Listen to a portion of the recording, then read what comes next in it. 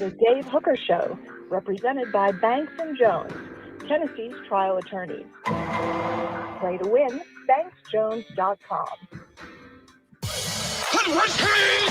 The Dave Hooker Show. A presentation of Off the Hook Sports.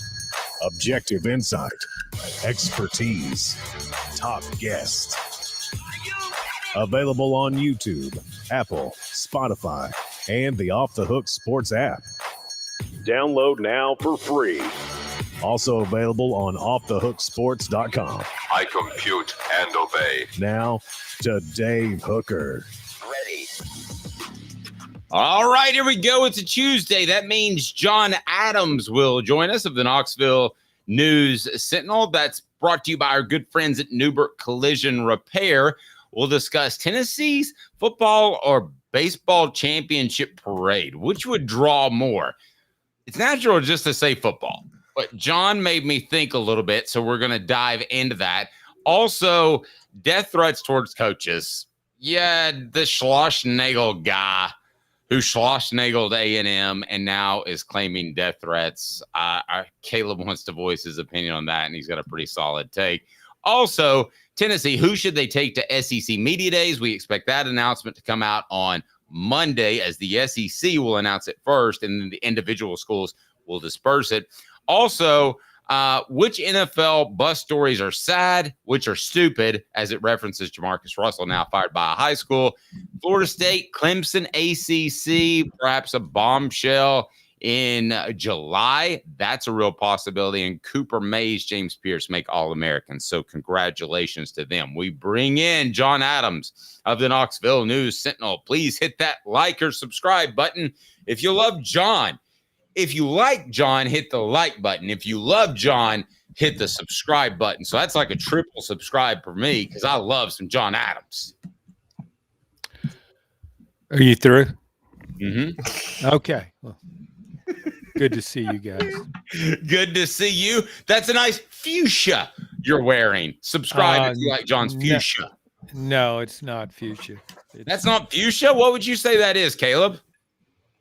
I said it's just a pullover. Or pink. Maybe just it's pink, yeah. Pink fuchsia. Fuchsia. I better be careful. Today's tough question is right now, and it's brought to you by our good friend Rick Terry. Rick Terry Jewelry Design. Check out those pendants that are right above my head. They've got the Tennessee pendant. They also have the fantastic Power T cufflinks. Look, right over my head. They're awesome. Today's tough question. Today's tough question. Take a side. Take a stand. The Dave Hooker Show. A presentation of offthehooksports.com. Here's how these conversations go a lot of times when I talk to Caleb Calhoun. John Adams will have an idea of a good topic. And at first, when I hear it, I'm like, I'm not sure that's a great topic. But when I hear John's opinion, I'm like, okay, you have a dissenting opinion. John is always genuine. I've never thought that he begged to take Stephen A. Smith style, who's going to make $25 million, by the way. Ugh. But John comes up with this, and I pitch it to Caleb, because that's how this works. Caleb's at the end all be all. He's our content executive producer. John asked the question, and it's today's tough question. It'll be the poll question on our YouTube page. Which parade would be bigger? The one the Vols just had for baseball, or the one that they might have, didn't have in 1998, by the way, but they might have for football? John, you go first, because your opinion did surprise me. Well, just viewing the parade last week, it was estimated that 50,000 people were there, downtown Knoxville area. And keep in mind, this thing was very impromptu. It wasn't as though it had been planned. There was no delay. A lot of fans were still in Omaha or en route back to Knoxville or East Tennessee. Yet the crowd was just absolutely stunning how large it was. And my take, and I ran this by several other people. I was watching on TV. I'm not a big fan of crowds in 95-degree heats and no restraining ropes. So I kind of kept my distance and watched on different stations. But I just, when I presented this, it struck me, what if this had been would this crowd have been any bigger if it had been a football national championship? And I don't believe it would have. And I presented that to several people, friends of mine, and they all said the same thing. I don't think it could have, because that's how popular this team was. Tennessee fans are in love with this baseball team, and they were following it all the way through. And when it went to the College World Series, I had a number of fans tell me, hey, it's like a road game in football. That's all people were talking about in the days leading up to the College World Series. So I know how big football is here, but I don't think that crowd under those circumstances could have been any bigger than if it had been a football national title. Okay, so I'm going to ask the poll question, which is today's tough question. It's on our YouTube page. A football championship parade would blank the Vols championship parade in baseball. Dwarf, be about the same, be smaller. So, John, you would say dwarf, be about the same, be smaller. I think it would be about the same under those same conditions where it was, like I said, impromptu and no lead time on it. It just almost, hey, we're going to have a parade. Oh, okay, let's go downtown. That's how it worked. Caleb, I didn't share all of those parameters with you when we were talking before the show began, but now that you know the parameters, would you agree or disagree with John? I'm sorry, John. One of the reasons I love John is because John and I both have hot takes, and I think we are great with our hot takes. But John, I totally disagree. Football would dwarf it. And I'll tell you guys why football would dwarf it. You may have a point that in Knoxville and on campus in the UT community right now, this baseball team is beloved, and I'm not denying that. But the thing about football is its statewide reach. When I was growing up in Memphis, the Commercial Appeal had a beat reporter for the Tennessee football team. They didn't have one for the Tennessee basketball team, and I guarantee you they didn't have one for the Tennessee baseball team, and I'm pretty sure they don't have one for the Tennessee baseball team right now.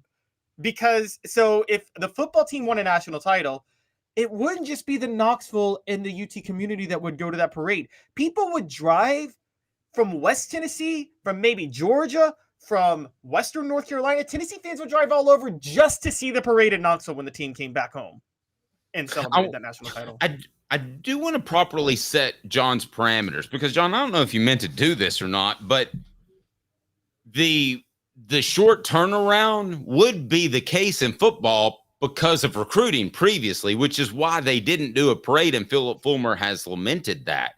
But the other thing we've got to remember is Philip Fulmer, like it or not, isn't as likable as Tony Vitello. And I do think seeing the crowd be around him as much as any of the players and getting their babies and boobs autographed by Tony Vitello, I thought that it was more about Tony Vitello than it was any of the players times 10. Well, Tony Vitello is the face of college baseball.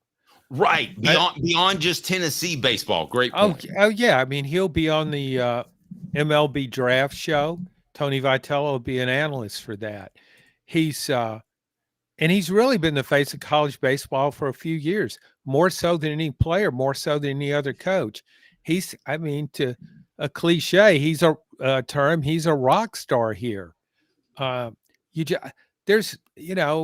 just hasn't been anybody like him as a coach at Tennessee. Pat Summitt was like that when she was here, where she was bigger than the program.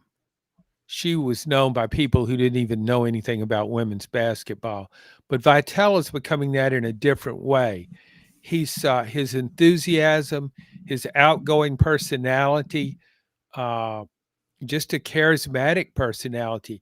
Now, the other thing, though, Caleb's right, statewide, yeah, and regionally, football has more reach with fans.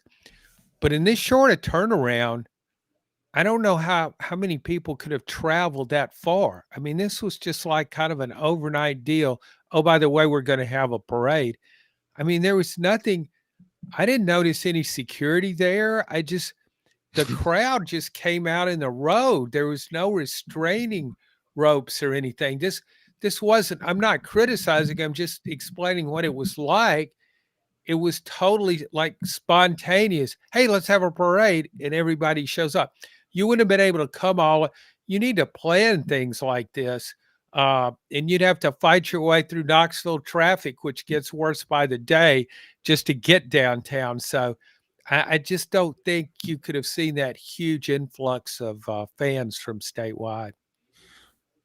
I think we would all agree, Caleb, I want to go to you. The excitement would have been greater statewide, fandom-wide, had it been football. But John's almost won me over, because when I saw the crowd, I thought, and now I think it's reported, John, at 50,000. Does that sound right? Yeah, I've heard that. Okay, my first thought was whatever it is, it's going to be doubled, and it's been said on the message board. And I'm still going to say it would be more for football, but given the turnaround, given the fact that you could have bad weather in first quarter, that's all a factor. And I think the biggest factor, Caleb, is that there was this sense of relief that of any of the significant teams, women's basketball, men's basketball, baseball, football, had they won, there was, I don't want to say overreaction, but there was going to be a strong reaction. Rick Terry Jewelry Design, they want to be your jeweler. Looking for affordable game day jewelry. How about the Fire Opals? A Tennessee tradition, rickterryjewelry.com, rickterryjewelry.com. So, Caleb, that's something that Tennessee's next championship team won't have, is this sense of relief. So I understand that, particularly when I guess the 98 national title, I don't know if it was a national title of relief as much of a national title of pleasant surprise. I think you guys were closer to the program than me. It felt like going into 98 after Peyton Manning left, it felt like fans may have felt that, all right, Fulmer, this program's never going to get a national title because they couldn't get it under Manning, and then they go and win it. But my pushback, and I get y'all's point with Tony Vitello and the popularity, but guys, I think Tennessee football fans alone outnumber all of college baseball fans. So even if he is the most popular person in college baseball, I mean, I would say Tennessee, and I don't just mean Tennessee, I mean Georgia football fans, Alabama football fans. I think the fans of these SEC programs individually in football outnumber the entire college baseball fan base, and they compete with the entire college basketball fan base. And so, like, okay, we talk about how beloved Tony Vitello is. Would Tony Vitello draw a bigger crowd than Al Wilson would have drawn after 1998 on campus? John? What do you mean a bigger crowd? Just for a parade, or just hey? If you're going to say Tony Vitello will be somewhere, you can meet Tony Vitello. You can get him to sign anything on your body. How about Sports Treasures carrying over 5 million Sports Treasures following Facebook, Sports Treasures TN, Sports Treasures TN daily updates? How about there? Yeah, I think Tony Vitello would have drawn a bigger crowd. Then Al Wilson right after 98. Not Al Wilson right now. Al Wilson right after the 98 national title. Yeah. Wow, I love it. I may be different than both of you. I think Al Wilson would draw more of a crowd now, 26 years later, than he would then, because everybody was so stunned. I think now we're going to get him to Sports Treasures eventually, and they're going to be lined out the door. But I will tell you this, John, to your point, talking to Zach, our friend at Sports Treasures, he got back from Omaha, and he went there as a fun and business trip, brought home a bunch of collectibles, and he said that a lot of them were sold out in no time. Now, he's gotten more, so go to Sports Treasures in North Knoxville. But he was genuinely stunned by the response. So that speaks to your point of, I think there was an emotional, visceral reaction to this that you won't have in another championship. Well, Al Wilson was an incredible player. He was a star of that national championship team, and he came up. He had his biggest moments when it mattered most. You think of usually the quarterback on championship teams is everything kind of revolves around him. But Al Wilson was just the driving force behind that championship, and he was a player. But he wasn't a personality. Tony Vitello is a personality. And this is a celebrity-driven era. He is a celebrity in Knoxville. I think you have to live here to really appreciate that, but he really is. I mean, if Tony Vitello's out, people want to see him. They want to meet him. I've been at a radio remote where Tony just showed up unannounced, and all of a sudden a line forms immediately. It's chicks out of nowhere. Yeah, he's got to do well. Hey, the Kardashians would be lining up to see Tony. Well, yeah, but he doesn't have the right skin tone for them. And I think he's probably out of their league. And if you're standing behind him, you wouldn't be able to see him at all. John Adams' appearance is brought to you by Neubert Collision Center. 5th year, the second and third generations continue Joe Neubert's commitment. His vision of what this business needed to be, we still try to live up to that. If we wouldn't put our family in it, we're not going to put their family in it. If you're going to say that you're doing the best work in Knoxville, now saying it's one thing, producing it and providing it's another. The largest family-owned collision center in Knoxville is Joe Neubert Collision Center.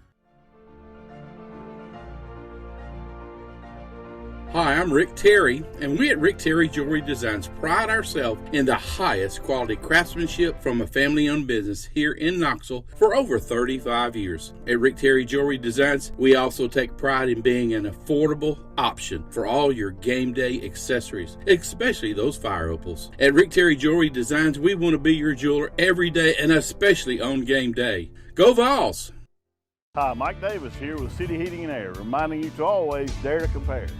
Our team provides quality local heating and air service, installation, and maintenance across East Tennessee. We use only the best equipment like American Standard heating and air conditioning for your residential, new construction, or commercial needs. Honesty, dependability, and customer satisfaction have been the cornerstones of our business since 1961. City Heat and Air. Dare to compare.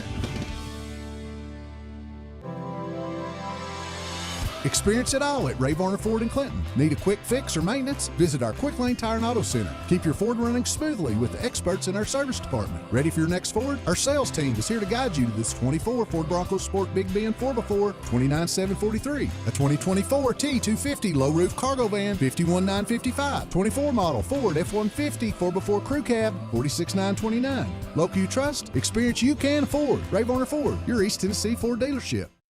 What the? What was he thinking? Release the hounds. The Dave Hooker Show. Keep cool. A presentation of OffTheHookSports.com. I'm going to let Caleb set this one up because he seems obsessed with death threats. I'm not sure why exactly, and I certainly hope that doesn't affect you in any situation or case whatsoever. Might want to keep your DMs closed if Caleb's following you. I'll just warn you of that. Portions of the program brought to you by Don Self of State Farm.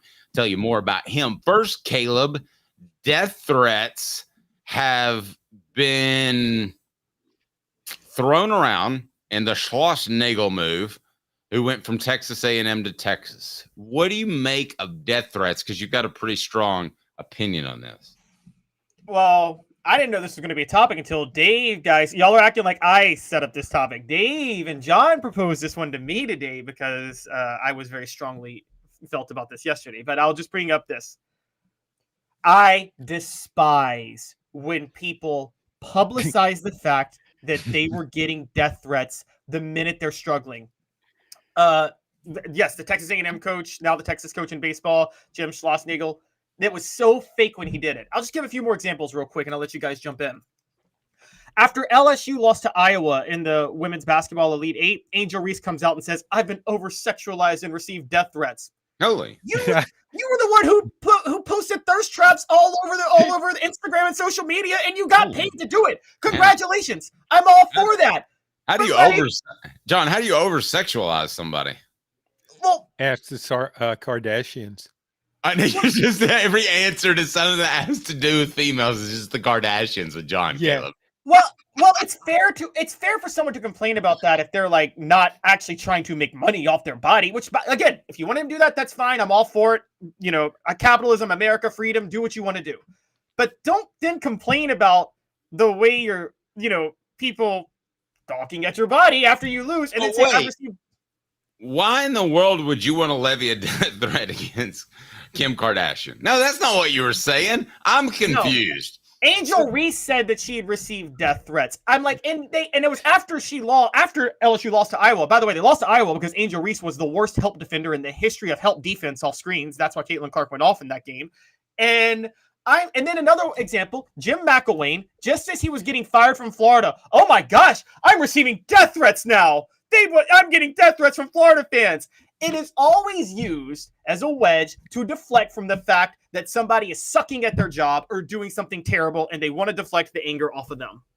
Not 100% true, but there is a lot of truth to that. I thought particularly with the McElwain thing.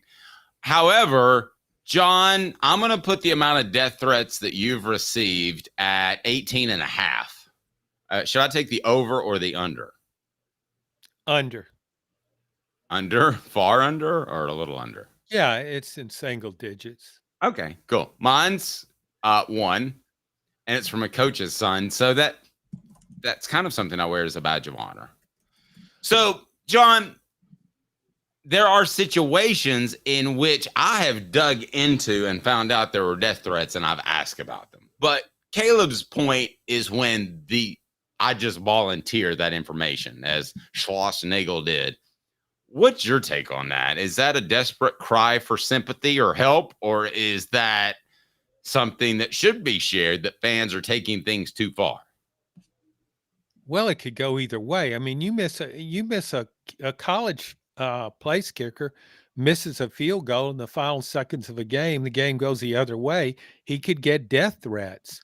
I'm sure Alabama. Who was the Alabama? Was it the Alabama center in the playoff game that was? That was the worst center in the history of centers. Yes. Yeah. I think he got probably got death threats. Yeah, you get death threats. So they can be real. Now by real, I mean, yeah, somebody threatened you. That doesn't mean they would actually go through with it. However, so it can go either way. I think some of these people do get death threats. With Schlossnager, it's interesting you bring this up because when this happened, a friend of mine who's in the media in Georgia, he texted me immediately and said, man, that Schlossnagle dude, I really don't like using that guy's name. That's a tough name to pronounce, and it's Schlossnagle. Schlossnagle.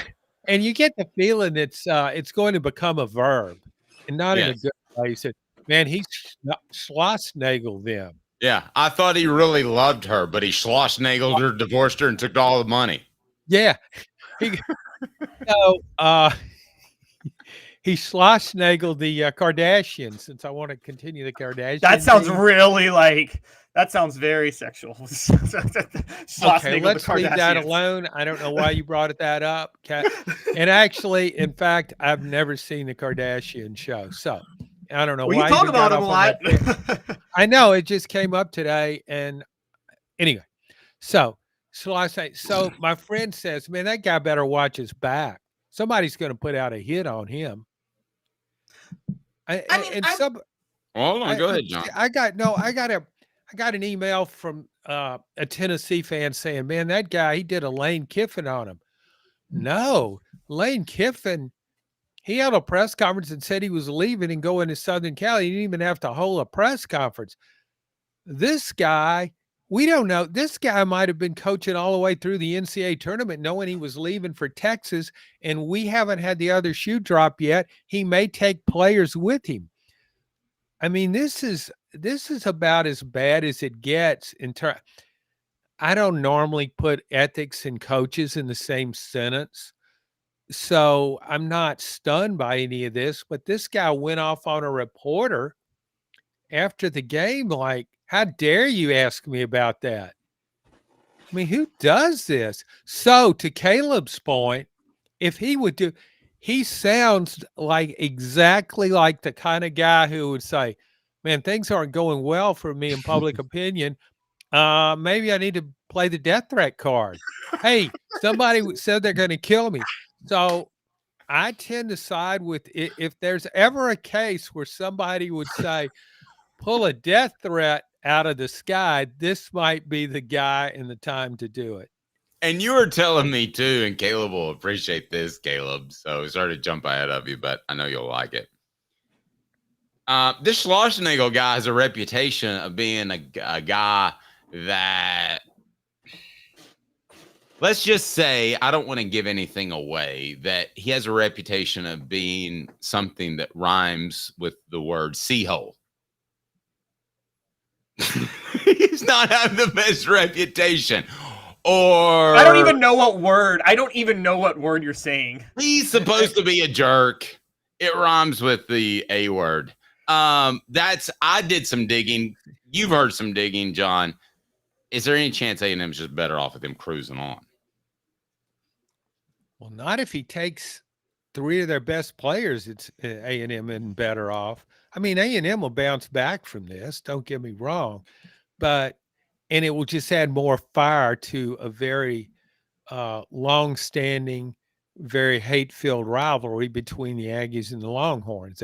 This will be just another chapter, but this fabricating death threats, and so you also have to define a death threat. I mean, one time I got an email from someone that said, I wish an F4 tornado would suck you out of your car. Well, is that a death threat? No, I think he just wishes me dead, but he wouldn't, he wasn't planning to kill me. He just wishes I would die. Before I share my death threat story real quick, do we take into account, Caleb, that death threats are way easier because of email and social media, so they hold less weight? If I put the time together to cut letters out of a newspaper and tape them to a piece of paper, then that reporter that I email it to or that sports figure should be scared. That's where I was coming with this. So the reason I'm when you're sniffing. Yeah, so I'm not dismissing death threats, and I'm not saying they don't happen. I'm saying they happen so often. I feel like people only choose to play the card when they're struggling, because I'm like, that can't be the only time you ever got death threats. You're just choosing to play it now. I felt that way with Jim McElwain. Another one, just a quick example. Like, you're right. Like Hank Aaron, the death threats he was getting when he was chasing Babe Ruth's record. Yeah, people were sending him letters, and like they had his address. They were writing letters out to him. I mean, that was real. If you're getting I've gotten death threats, and when I was a small time blogger, I had some people say some crazy stuff. And it's like, there's probably me in somebody's mentions right now on Twitter where someone said something crazy to me. And like, they're not like, that doesn't mean anything. I'll tell you what I'll do. I'm going to tell you. Famous last words, Caleb. Go ahead. Yes. I'll tell you what I'll do. I'll share. My death threat was while I was on the air. It was from a coach's son that called me the B word that rhymes with rich, but isn't rich. And said, no, I take that back. You're a super rhymes with rich. And that's while I was on the air, too. And I wasn't even talking about that coach at the particular time. I'll tell you how my employer responded in 15 seconds. John's appearance brought to you by Neubert Collision Center. Fifth year, the second and third generations continue Joe Neubert's commitment. His vision of what this business needed to be, we still try to live up to that. Joe Neubert Collision Center. John, the response was by the employer, well, you need to call the cops, Joe? Response went, I was like, I thought that's something you might do. Yeah. Well, you knew right then that they would always have your back. Yeah. I don't know. I think it's 911 or 922 or something. 4 downs brought to you by our good friend Don South State Farm. It's now 4 downs. 4 questions, 4 answers. The Dave Hooker Show. 4 Downs. A presentation of OffTheHookSports.com. Who should Tennessee take to SEC Media Days? That announcement will come out in the next couple of days from the SEC, and then the individual schools will disperse it. So Cooper Mays, I believe, is going to be one of those guys to go. Coop, what should people do if they want to hear you from Dallas, Texas? Cooper Mays here. Hit like and subscribe. Oh, they're doing that because they like you and they're subscribed. Coop, what down? Coop here. First down. Cooper Mays is a definite. John, Caleb, right? Yeah, you know what? 1000%. I think all three of us, even Caleb, who is the ultimate contrarian, will agree with the three guys. I predict that. So go ahead. Oh, Okay. All right. Well, then I'll just ask because okay. There we go. Second down. Cooper Mays here. Second down. Omari Thomas is going to go. Yes. What? Yeah, it's not who we wanted, so we think. Omari went last year, didn't he, Caleb? Yeah, Omari Thomas went last year. So do you send somebody else, John? Who do you send instead of Omari? You're not for Omari. Yeah, you got to send Cooper Mays and you got to send James Pierce. He's a preseason All-American. I mean, those guys don't come along that often at Tennessee. You also want to have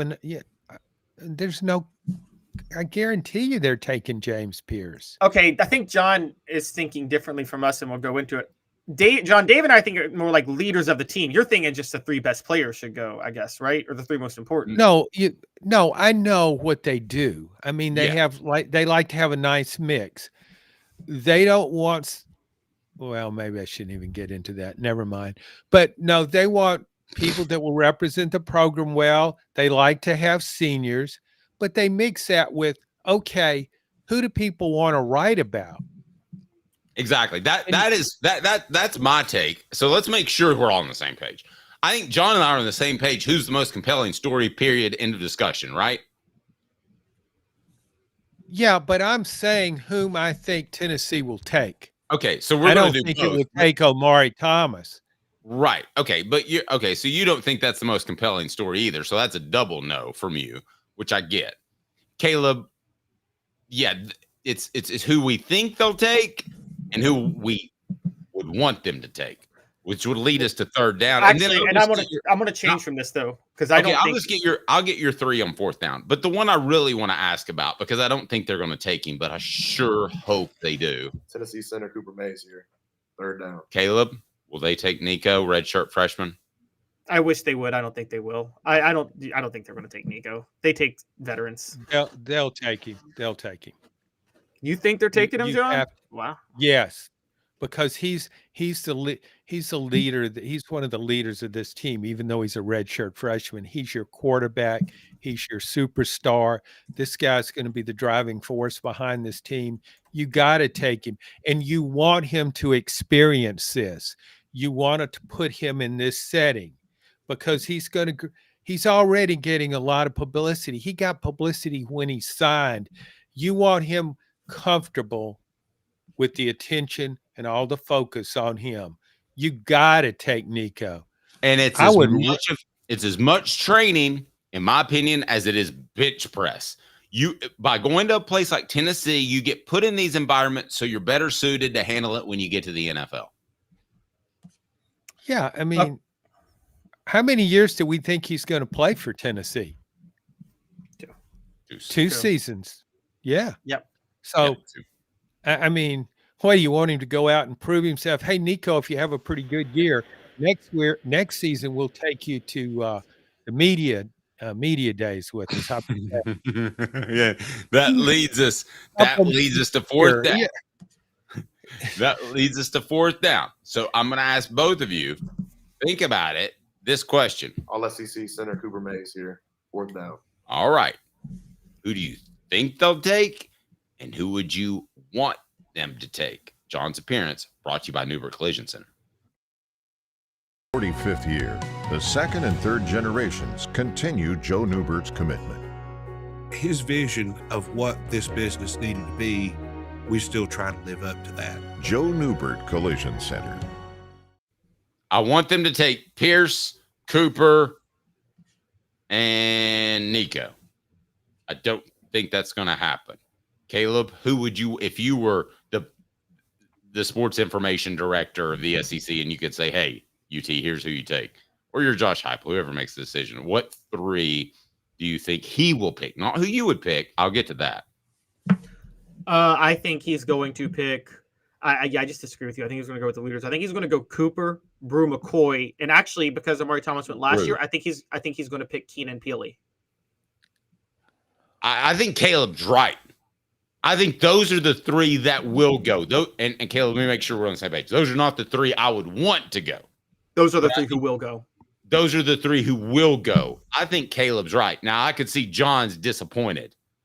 John, those aren't disappointed. I'm just that would be stunning to me.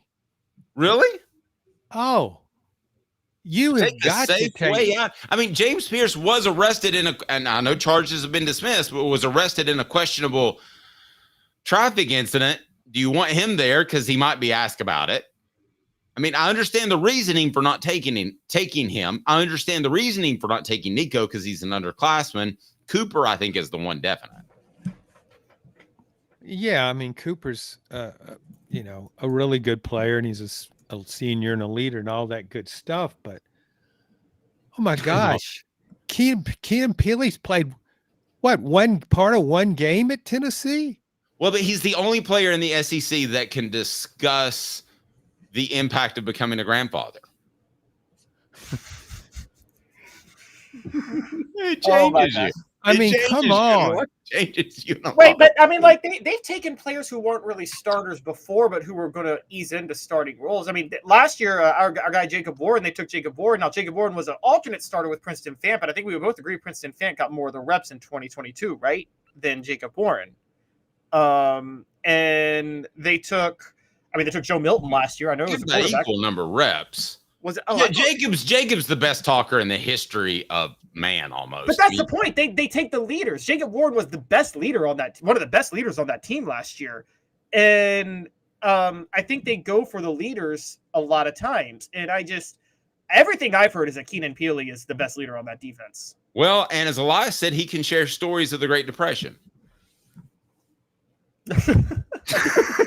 Brought to you by Don Self. State Farm. Customer service still matters. Everybody wants to save money, but what when you have those claims out? Don Self will take care of you. DonSelf.net. DonSelf.net. There's a reason he's been doing it for over 40 years.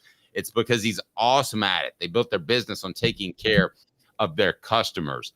I am definitely changing who I think should go, and I'm going to take out Nico. Somebody might have an exclusive with him lined up before SEC Media Days.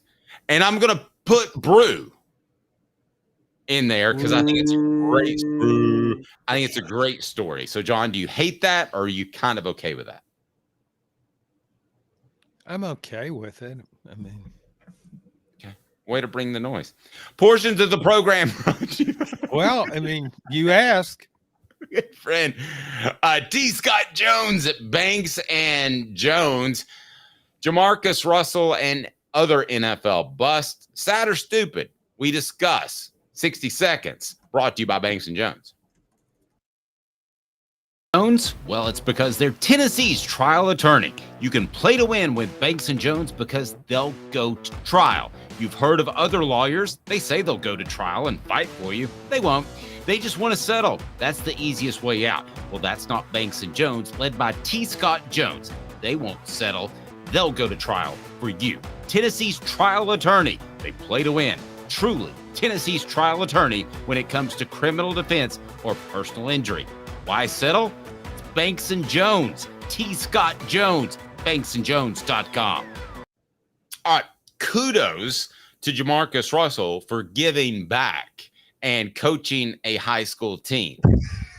Bad part is he stole, several $74,000 from the school. So as good as the initial allegedly. So as good as the initial intentions were, John, they may have been undermined.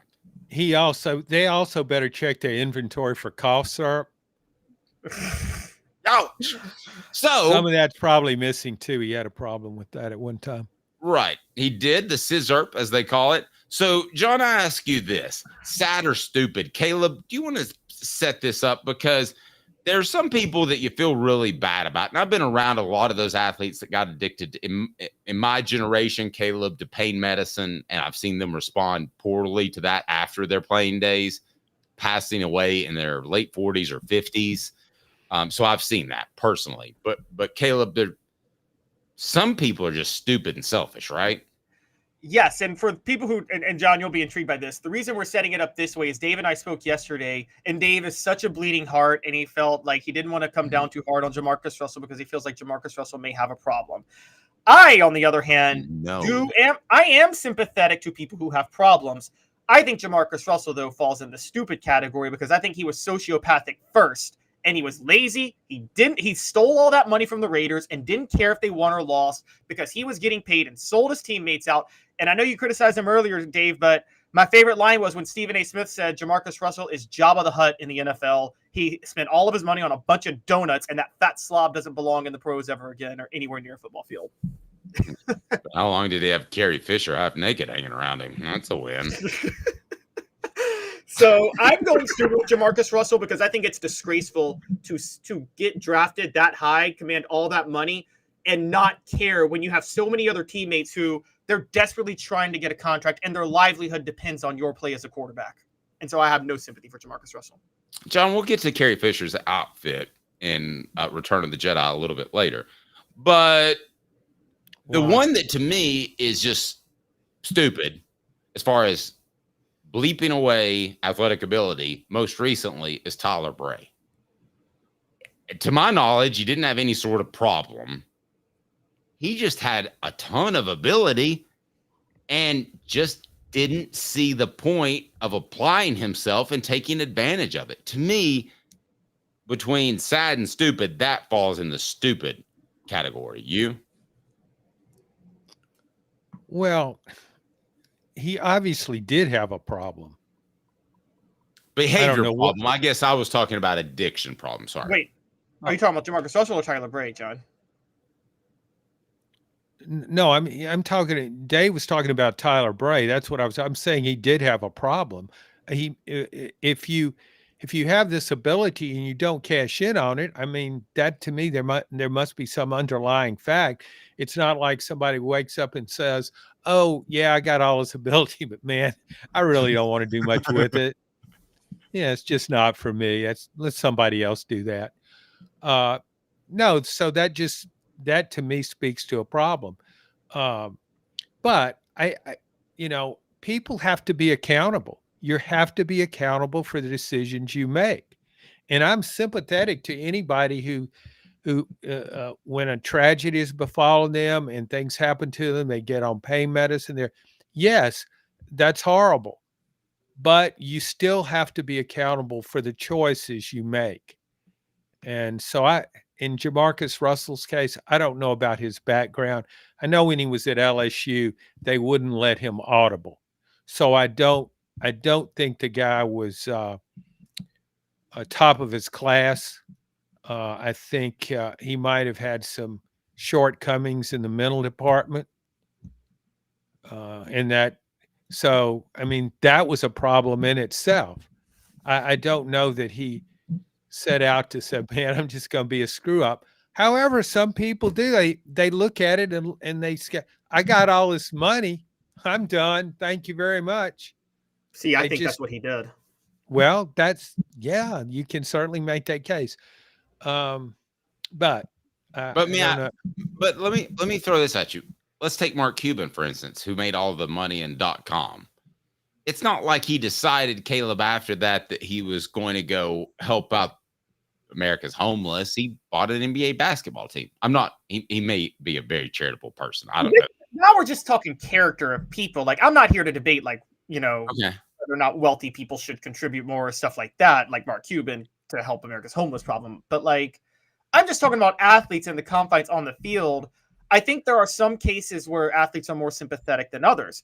I think Jamarcus Russell and Johnny Manziel are disgraces because they did not care at all about their ability. They took the money and just didn't care about about the future of their teammates, the future of the team that invested in them. That's disgraceful. So somebody, I talked about this yesterday, and John, you can give your thoughts. Dave disagree with me, but a guy like Ryan Leaf, I kind of felt bad for. I don't think Ryan Leaf didn't care if he was successful in the NFL. I think Ryan Leaf was a little thin-skinned. I think the NFL did get him hooked on the things he was hooked on. And I think that the confluence of playing with such a dysfunctional franchise like the Chargers, that all just kind of, I think he just had a mental breakdown. I don't think he selfishly set out to say, I'm the number 2 draft pick. I'm going to take all this money and I don't care what happens to my team. John, it's funny how we view people different. I believe he didn't want to go to Indianapolis and ended up in San Diego. So I guess it's down to individual interpretation. Yeah, but see what we're getting into uncharted territory here. How are we can't get inside somebody's head. We don't know what's going on with these people. They may have severe mental problems. That's true. Let me ask you, who had the most ability of anybody you've ever covered that didn't even come close to maximizing it? And I'll go ahead and tell you, first and foremost, and Caleb called it out when we first started working together, like first couple of days, it's James Banks. And it's not close. I think James Banks, with the right mentoring and coaching, and had he been, he was ahead of his time, could have been the type of quarterback you're seeing run around in the NFL. I think he was that special. John, you go back a couple of years more than me, who just peed away talent. I mean, we're talking about anybody, not just Tennessee players, right? Well, I'd be interested in both from you, to be real honest, because I know you've covered the Steelers, you've covered Jacksonville teams. I'm curious across the board. Well, I mean, to me though, Johnny Manziel is the one that stands out. I mean, I thought this guy was going to be another Joe Montana. He had all the intangibles. His teammates loved him. He was so competitive. He would do anything it took to win. One of the best players I've ever seen in college football. Just amazing what he could do on a football field. He made everything look easy. Ask Nick Saban what he thinks about Johnny Manziel. He couldn't stop him. And he became addicted to cocaine. Now, what if he hadn't developed that addiction? Maybe things would have been completely different, but then we're talking about personality and how a person evolves and all that kind of stuff. But bottom line, in terms of a wasted talent, he stands out to me above everybody. It's funny you named Nick Saban. It's full circle. You're right, Nick Saban. That's true with Manziel. Nick Saban's also the one who recruited Jamarcus Russell and signed him to LSU. And I forgot about it. Yeah. And the funny thing is, I mean, the reason I agree with your guys' takes that we can't get in somebody's head, but like, okay, Jamarcus Russell, y'all know the story where the NFL coaches didn't believe he was studying tape, so they gave him blank tapes and said, go home and study this. And he came back the next day and tried to pretend like he had actually studied the film. Like he got caught. That's an awesome story. We're talking quarterbacks and we're talking LSU quarterbacks. I just thought of another one, Ryan Perrilloux. Oh my gosh, that's right. Ooh. If you go back and go back to LSU's national championship in 2007 when it beat Tennessee in a close, I guess a 1-point game or 1-score game, beat Tennessee in the SEC championship game. Matt Flynn was the quarterback and couldn't play. He was injured. And he was Matt Flynn was on the same team with the Jamarcus Russell too at one point.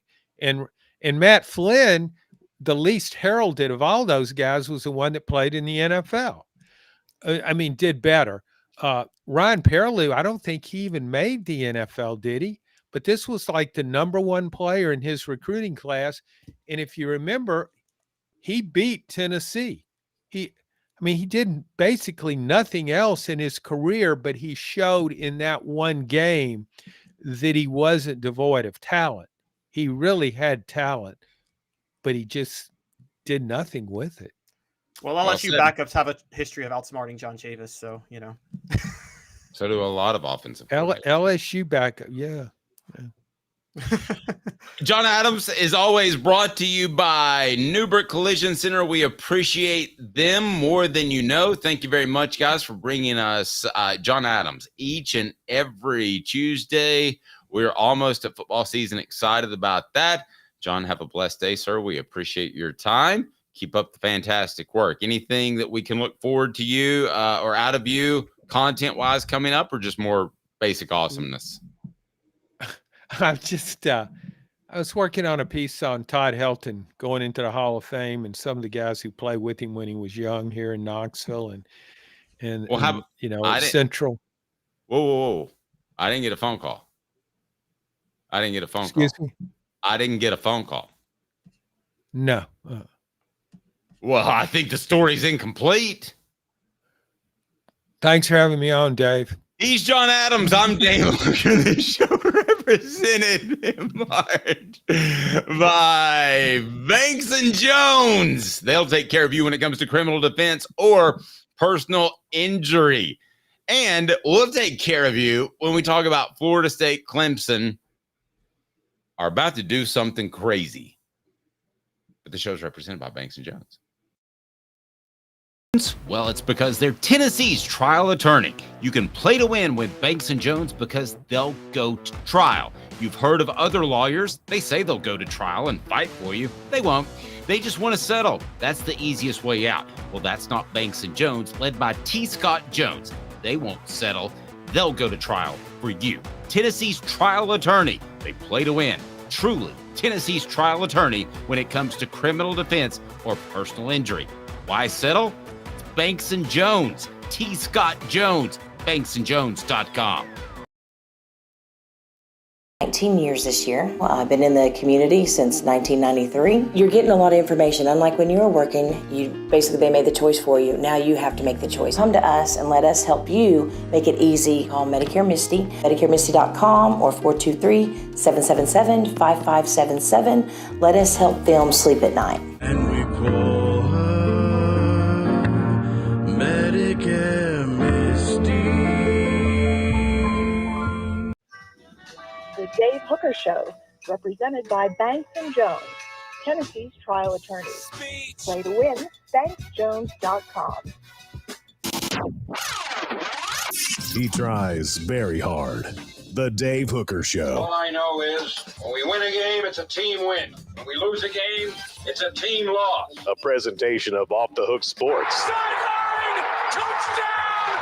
Unbelievable! YouTube, Apple, Spotify, and the free Off the Hook Sports app. Back to Dave Hooker. A lot of people disagreeing with John. Our poll question: a football championship parade would blank the Vols championship parade for baseball, dwarf 82% of the vote, be about the same 15% of the vote. 3% said be smaller. I think it would dwarf it too. I understand John's point. And there was a lot of, you could feel the desperation in the parade, couldn't you? I mean, Caleb, it was evident. However, there's still the desperation with football because you're talking about only one championship in roughly 70 years. So it's not as if, hey, 10 years ago, Tennessee won a national title. Let's just go win another one. You know what I mean? Well, Tennessee has decided to claim 1967 as a national title too. So, you know, there is that. But so 2 championships in 70 years, Dave. I'm not counting the 67. They can if they want to. That is one of the most idiotic championship claims. I got a video on my history podcast coming up, guys, on the stupidest championship claims in college football history. And yes, Tennessee's 67 title claim is going to be on there. Sorry. They need to give that one up.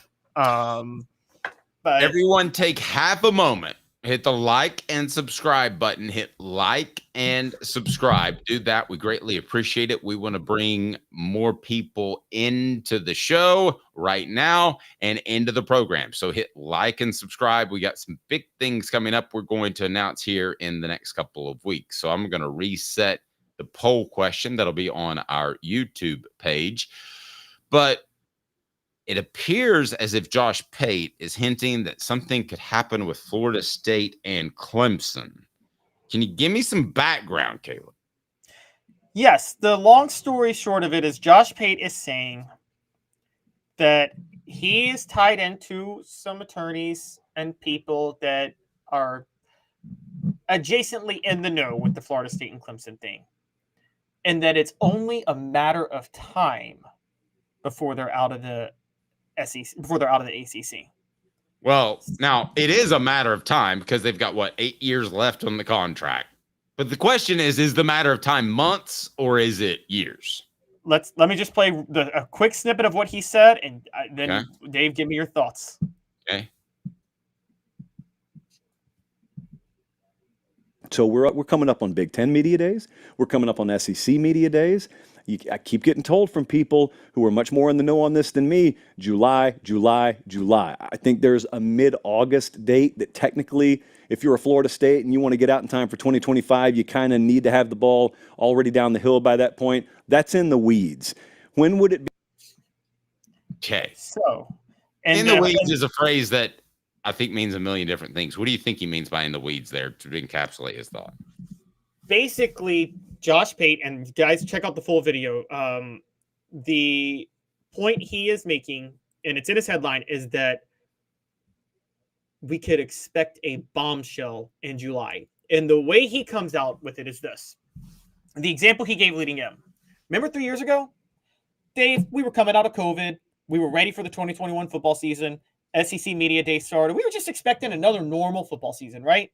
And the day of SEC Media Days, Greg Sankey comes up and goes, hey, guys, by the way, we've been negotiating with Texas and Oklahoma for a year now, and they're going to join the SEC in 2024 Well, he didn't announce it. It was broke. It was broken, but they made sure it broke the day of SEC Media Days where they can maximize the coverage of it. No, I don't think they made sure. I think that Texas made sure because that's why it went through the Pioneer Express. But anyway, it was leaked and it broke during SEC Media Days. I don't think that was intentional. I actually think Greg Sankey got caught with his pants down, which speaks to your fact that you don't like Greg Sankey.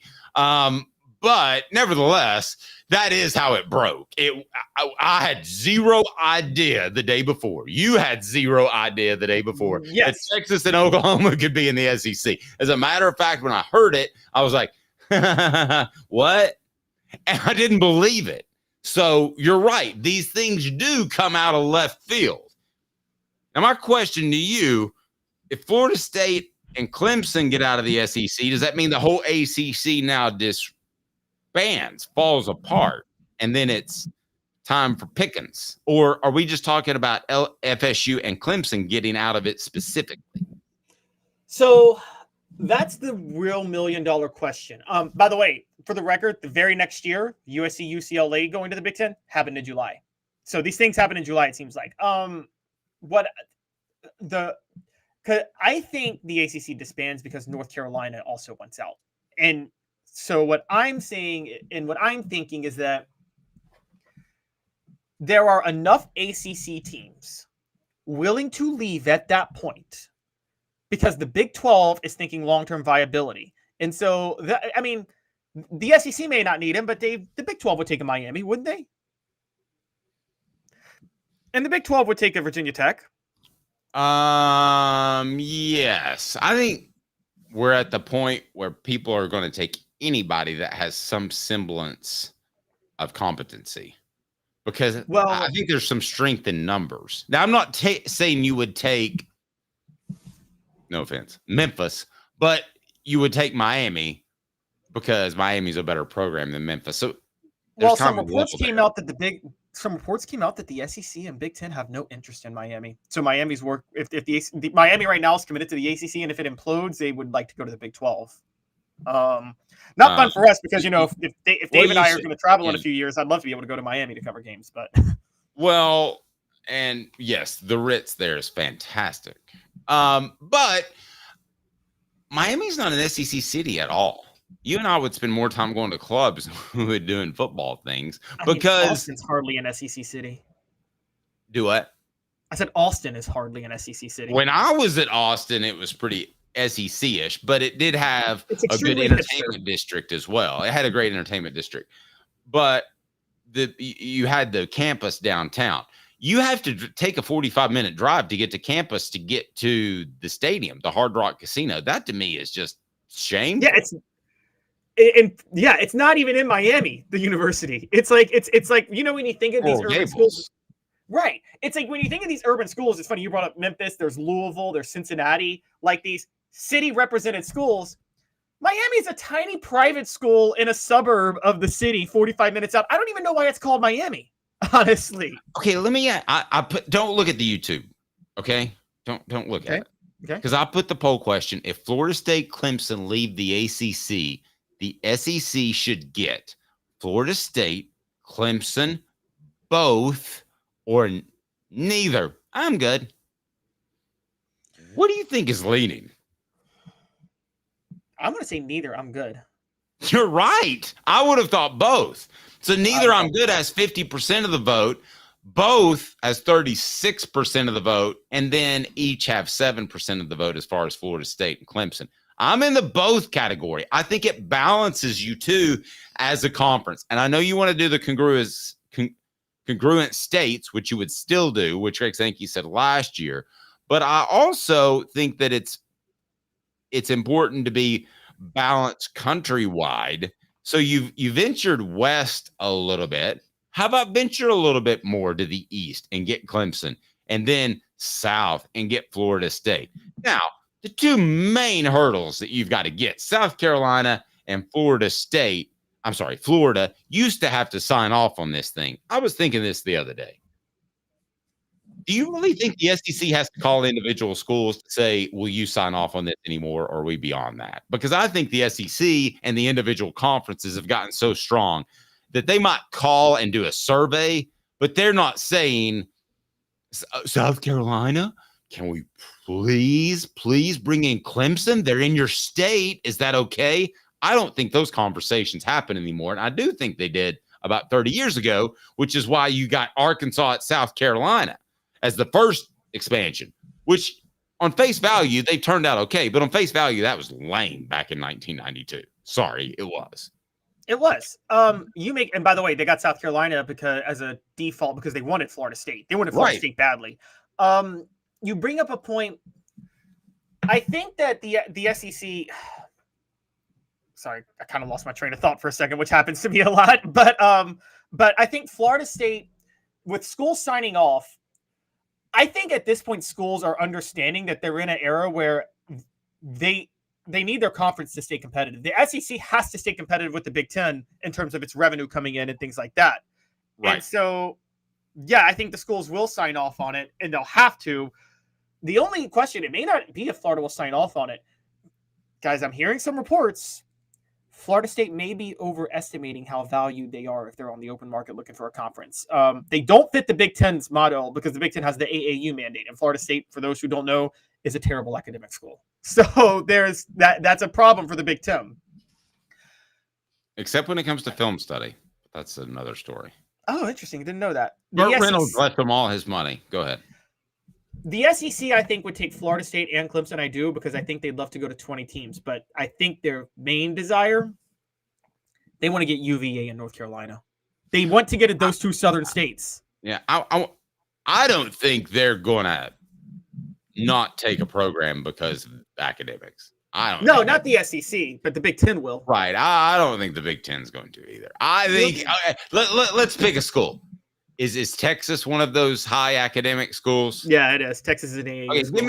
Give me a high. Give me Alabama is not a high academic school. Oh, I think Georgia. Georgia's not a high academic school. What if they got? Actually, it's pretty high. Those are good schools. They're not AAU schools. Like Georgia, Alabama, and Tennessee are on similar levels. Okay, good you're schools. telling me. Okay, so Alabama, Georgia call each other. They say, we'd like to enter the Big Ten and join you guys and become super mega conference because we realize your television contract is better and you got more money, but we don't have the same academic credentials that you do. Can we join? They would say, absolutely. You're right. They probably would change at that point. They would. Well, also, to be fair, they made an exception because like Notre Dame wasn't an academic school, wasn't an AAU school. It's a good academic school, but it wasn't an AAU school for a long time. And, you know, the Big Ten, for everybody who doesn't know, the Big Ten has had an open what invitation. AAU is, because it makes me think of young kids playing basketball in the Marriott courtyards that I'm at. They are just school. It's an AAU citation that it's a collective, private, nonprofit group that basically gives this title out to schools that reach a certain academic standard. And it's kind of like the U.S. News and World Report. Like, it's just kind of a thing that like people value, and the Big Ten values it. Notre Dame didn't have it because they didn't have a specific program you had to have to be an AAU school, even though they were a good academic school. So the Big Ten created a carve out if you're not an AAU school so they could keep their open invitation to Notre Dame. Because for those who don't know, Dave, you know this, the Big Ten's had an open invitation to Notre Dame for about 50 years, haven't they? Oh, like, probably had an open invitation to every conference for 50 years. Oh, yeah, exactly. So here's my problem with the Big Ten. And I've known people that have gone to schools there, and they may be watching. I don't want to rail, but if so, I'm talking to you. This pompous attitude, you're an incredibly better academic conference. Listen, these decisions come down to athletics because athletics lead to money. Okay? I'm just going to tell you, I've done way more research about colleges than I ever dreamed I would, Caleb, with two kids that are that age. And I'll give you an example. Iowa's master's writing program takes 80 people, right? 80 people. But if some guy called and said, I wanted to donate $10 million, can you take 81? They're going to take 81. It's the same thing in sports. At the end of the day, all of these conferences and power brokers, as long as they don't have to totally sell their soul, they're going to make decisions based off athletics, which is money, right? No, that's very true. That is very true. You're right. They will make their decision based off money. I mean, I said this years ago for those who don't know, I'm obviously a Maryland grad, and I said this to my fellow Maryland fans that got really mad at the Terps prioritizing football over basketball about 12 years ago. They're like, we're a basketball school. I'm like, yeah, and if you stay at basketball school, you're going to collapse as a sports program because basketball doesn't generate any money, guys, and it's all football. You make the decisions based on football, and that is a consistent thing. And I'm with you on that. They probably would go for Alabama and Georgia. I think the Big Ten's main focus right now is if they could expand. I've told you this before. When you combine realistic who you could get and schools that would add value, the bidding war is going to be, I will just tell you this, Virginia and North Carolina. The Big Ten and the SEC, Dave, are going to fight like hell to get those two schools when the ACC collapses. And I agree with that, but I think it's coincidence that they're great academic schools. I think in this particular case, the SEC likes the schools, what they would bring, some football, some basketball, and regionality as well. Absolutely. I totally agree. So, yeah, I think that I just think that makes it easier, though, because they don't have to pretend that they're sacrificing any of those standards to get Virginia and UNC. And the SEC, I get Florida State and Clemson's value, and maybe TV market doesn't mean what it once did 15 years ago. But Dave, don't you think the SEC would like to have a footprint in every single southern state or border state that, like, don't you think that would be something that they feel is relevant? Yeah. Yeah. I mean, I think that would be nice. I don't think it's something that Greg Sankey wakes up in the middle of the night worried about. I don't. Now, which of these programs would best help Tennessee? Obviously, we're a Tennessee channel. So I look at Florida State and Clemson. I think they would both hurt Tennessee because I think those are recruiting areas that Tennessee wants to be good in. And right now, Florida's flopping around like a dead shark laying on Jim McElwain. And okay, I'll tell you why it helps Tennessee significantly. Okay, we'll argue that. And I might want to see a column out of that too, because I don't think you want more competition in the nation's best conference. I think when Florida State and Clemson are added, the ACC collapses and the SEC is going to reach into, like I told you, North Carolina and Virginia. They'll try first for North Carolina and Virginia. But Dave, don't you agree that if they don't get those two schools, they would, if you miss out on North Carolina, you're settling on NC State, right? Above Duke or Wake Forest, and you want to get a North Carolina school? Well, you're settling short term, but didn't you settle on Texas A&M and you ended up luring Texas anyway? I mean, unfortunately, being a business owner has taught me to be incredibly patient. So maybe you take NC State to get North Carolina. If somebody told me that never in the rest of your life you'll get North Carolina if you take NC State, then I'd say run off, Wolfpack. But if I thought I had a chance at the Tar Heels by taking NC State and keeping that rivalry, which Crystal points out would have been neat, because she said Virginia as well, then I don't have a problem. She mentioned Duke as well. I think those schools would be pretty cool. So long story short, they're going to take a school from North Carolina and a school from Virginia. Can we say that? I think if they add Florida State and Clemson, they will also add a school from North Carolina and a school from Virginia, and they will have a 20-team conference. At that moment, when that happens, they would have no choice. They would have to go back to divisions in some way. I think they would have 4 5-team divisions. And I agree with that. Tennessee's division would be Vanderbilt, Kentucky, the North Carolina school, and the Virginia school. So they would just have a clear path to being the division champion every single year. And so that's why it would help Tennessee, because their road to winning their division would be the easiest road possible, which would keep them relevant, by the way, in the 12-team college football playoff. Interesting. What about the recruiting? Do I have a strong argument there that suddenly you have a great recruiter in Clemson that is in that state that is now in the nation's best conference? I could say the same thing for Florida State in a strong recruiting state. I'm not real crazy about either of those if I'm Tennessee's recruiting coordinator. Maybe I like it if I'm Danny White. Maybe I even like it if I'm Josh Heupel because I'd like to play those teams. But as Tennessee's recruiting coordinator, I'm not real happy about it. That is a concern, but if what happens that I'm saying is going to happen, you can offset the recruiting competition by the fact that you're always relevant, being a division champion and in the college football playoff every year. I mean, Dave, let's be honest. Why does Clemson recruit so well? Because they beat up on the weak ACC every year, and so they look really, really good. So it allows them to be competitive with the other Southern states. So it would bring Clemson back to the pack? I think it would. I think it could. I think it could absolutely bring Clemson back to the pack. I think Clemson and Florida State have both.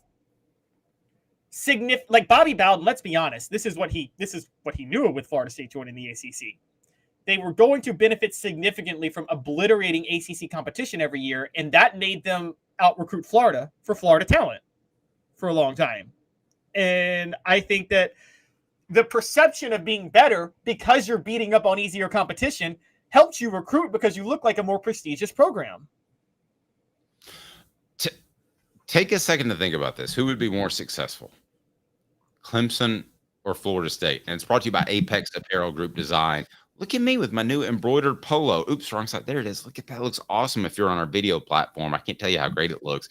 Call Tyler, 865-919-3001, 865-919-3001, or it's right below. Get 15% off your first order for your company. They design, brand, market your way. Unique products to promote your business. That is Apex Apparel Group Design. Call Tyler, 865-919-3001. 865-919-3001, just below. Call Tyler for 15% off. Who would have the most success, Clemson or Florida State, initially and long term? I think it'd be Florida State. I do. I think Clemson could have success. I'm not knocking that, but Dave, I know this is weird to say because Clemson has won 3 national titles since 1980 with 2 different head coaches. So theoretically, they should be a blue blood with that in mind, right? But I still see Dabo Swinney as bigger than Clemson. Yeah, I do too. I think Clemson would be the better team. I think Florida State would be, misspoke. Florida State would be the better team initially. Long term, I think Florida State, covering recruiting some in that area, would really struggle if they're in the SEC and they're competing with SEC teams like Lane Kiffin, like LSU, like now Texas, who's going to try to pull people from the Panhandle and recruits there a lot.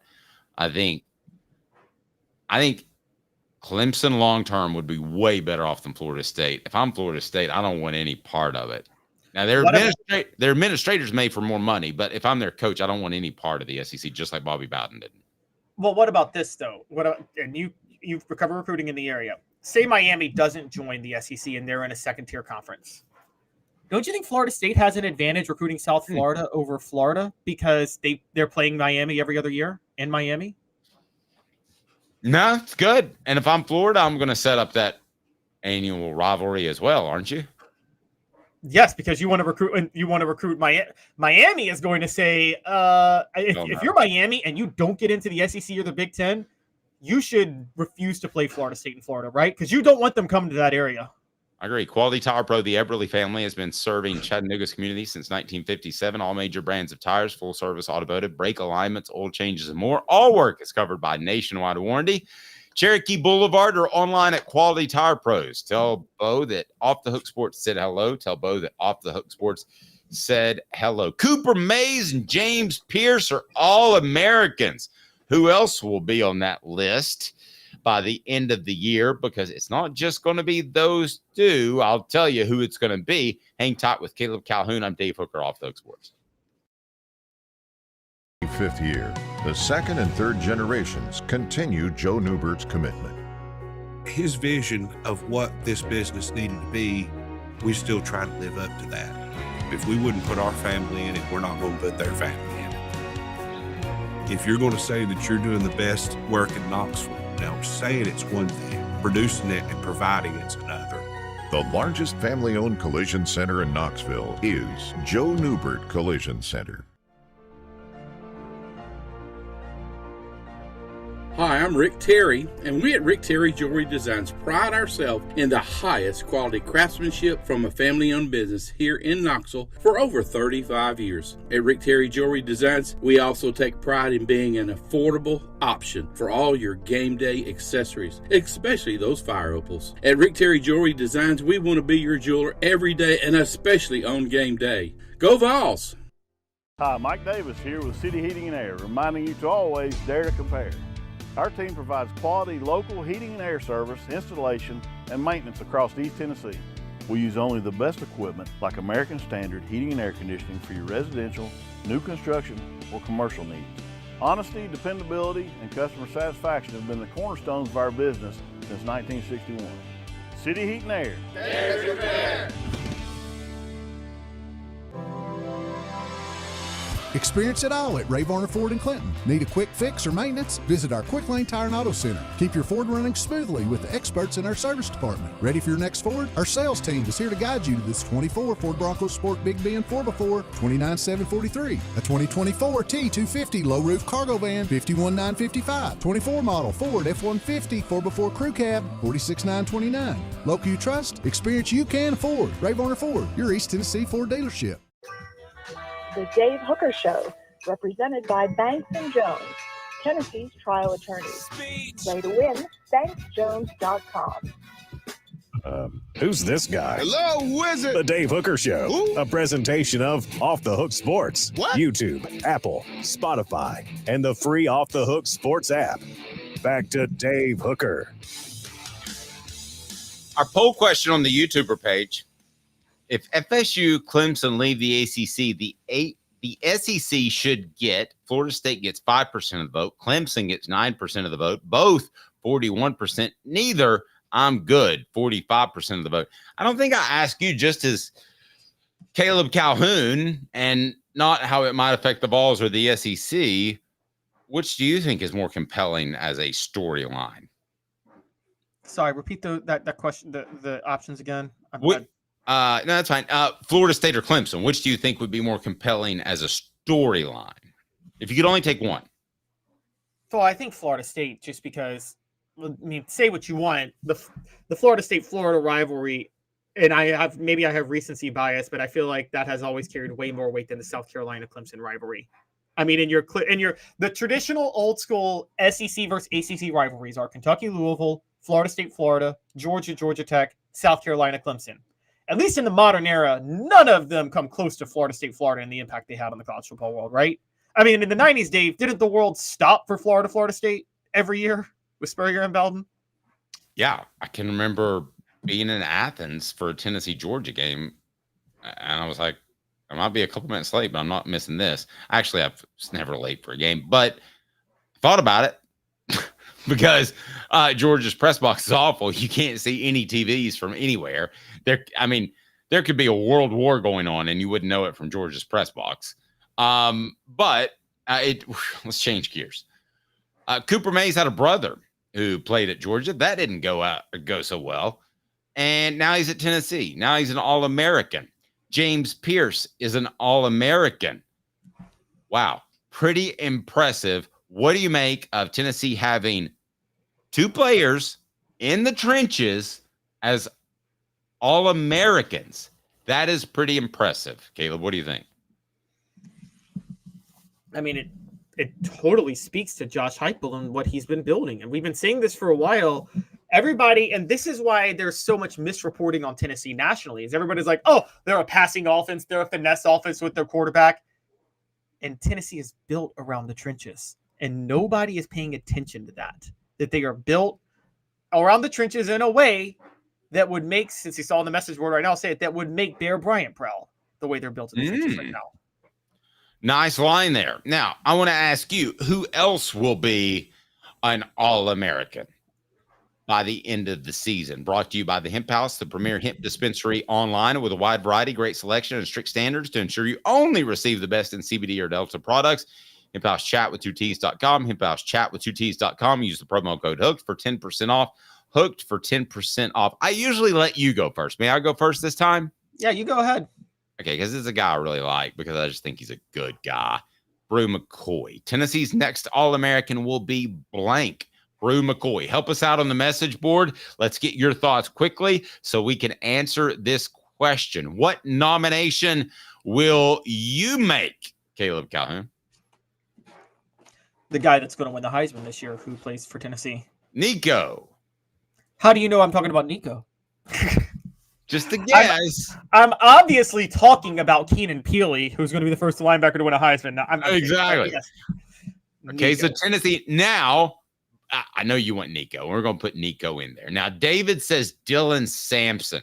I am going to include him, and I think that is an astute pick because I actually wrote a column today that's on offthehooksports.com taking a look at Tennessee's running backs. And if they don't pan out and they're four-star guys, they should, right? Then they're going to need somebody else eventually because they haven't had a special tailback, although Jalen Wright was a little underrated in my opinion.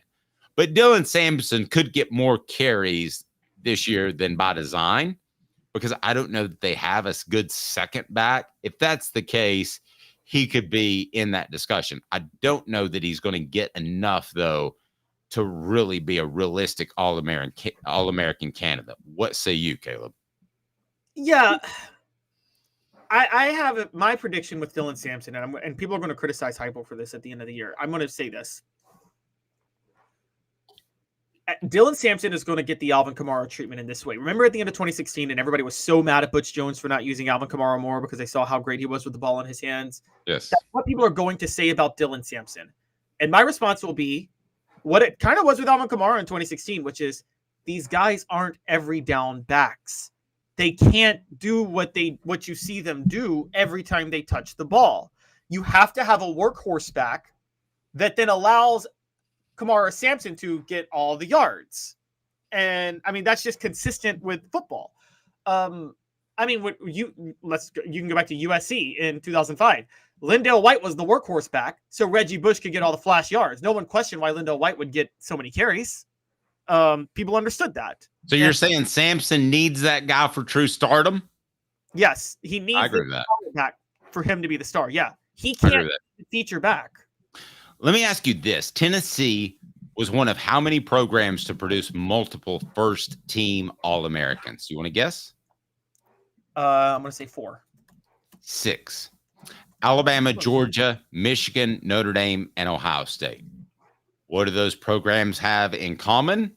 Well, with the exception of Notre Dame, they've all won a championship recently. This is a big deal, but I do want to get into who will be the next All-American. So here's what I got so far. Do you want Dylan Sampson as an option? Well, I'm So we got Brew McCoy, Nico Because I want Iamaleava. Lance Hurd on there. Because here, let's take a look at the All-American list to this point. All right. So here's who has gotten some love. Lance Hurd got 4th team from Athlon. Cooper Mays first team All-American Walter Camp, which is what we're discussing right here, which I believe is the best award organization personally. 2nd team All-SEC to Athlon and Phil Steele. Omar Norman Lott, defensive tackle, 3rd team All-SEC. James Pierce, 1st team All-American.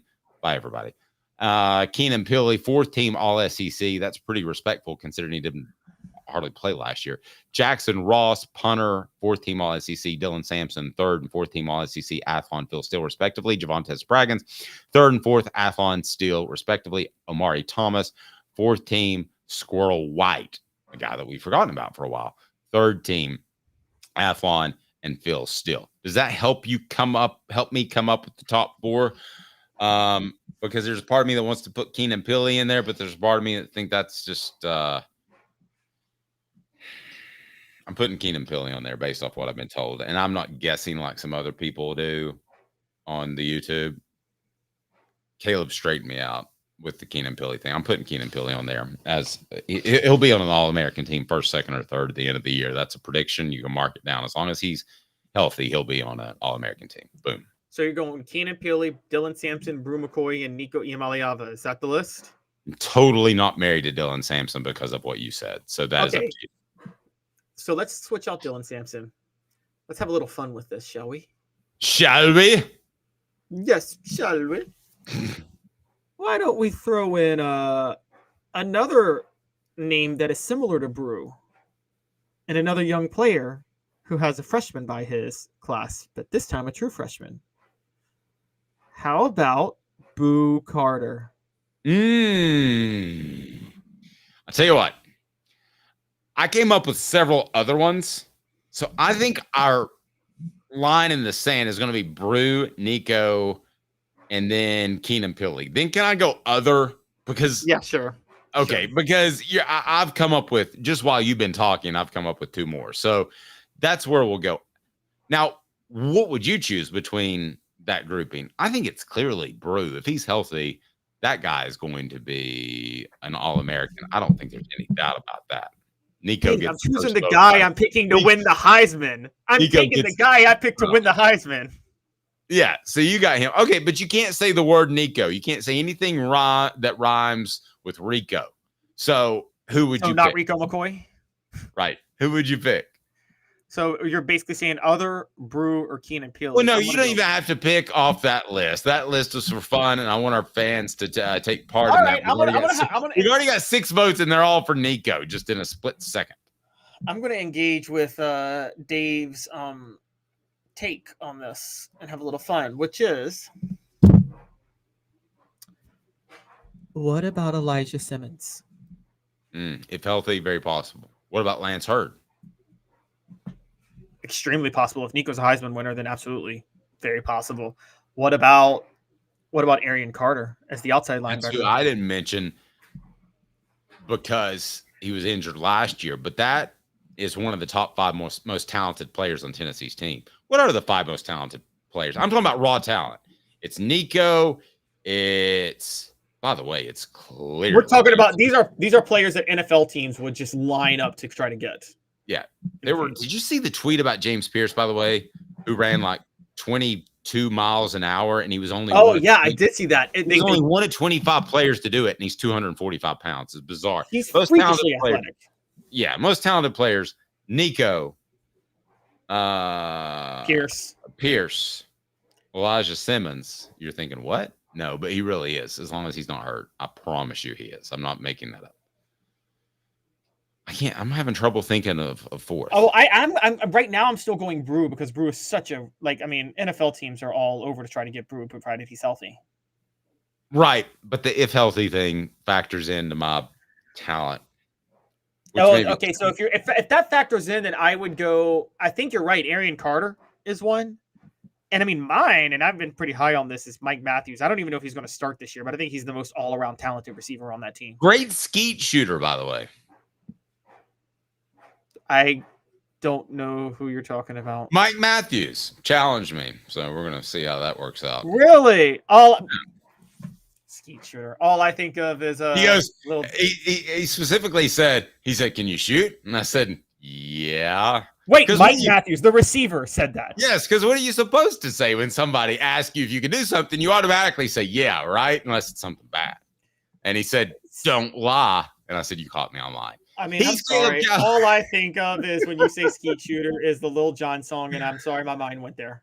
No, really, shooting skeet like you. I know what it is, but my first introduction to the word is skeet. Mine is the Roger Moore James Bond. Pull. I remember, man, that looks like fun. I haven't done it yet. Who knows? I might do it with Mike Matthews. He's Caleb Calhoun. I'm Dave Hooker. This has been a presentation of Off the Hook Sports. I can just see that going south and me never allowed on campus again. I told you the story when they used to. This is how different baseball and football used to be. They used to hold preseason practice in the outfield of Lindsey Nelson Stadium. So I used to have a beat up pickup truck because I owned a landscaping company, and I was going to drive back to where we did the interviews. Gerald Riggs comes up to me and goes, "Hey, can you give a bunch of us a ride?" And I didn't know a bunch meant literally loading up my truck. And I said, "Gerald, if I wreck this thing and you all get hurt, I'm in a lot of trouble." He goes, "Oh man, you'll never be allowed to come back." He's Caleb Calhoun. I'm Dave. This has been a presentation of Off the Hook